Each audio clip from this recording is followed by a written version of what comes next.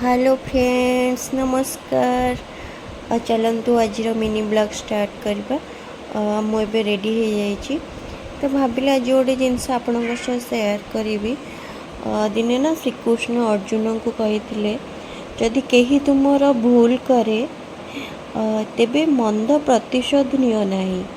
अर्जुन पचारे मु कौन क्षमा करी प्रभु।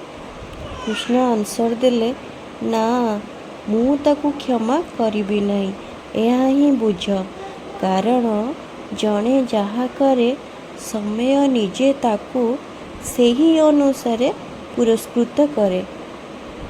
एटा ही होउची भगवान का श्रीकृष्णकर उत्तर थिला जते अर्जुन तांको पचारि तो समस्ते समस्तर कर्म समय अनुसार ही पुरस्कृत होता। तो आम समस्ते समस्त को क्षमा करने उचित।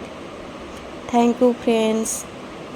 जो मैंने न्यू अच्छा मो चैनल को सब्सक्राइब करनी, कमेंट्स दिंतु, लाइक करंतु, सब्सक्राइब करंतु।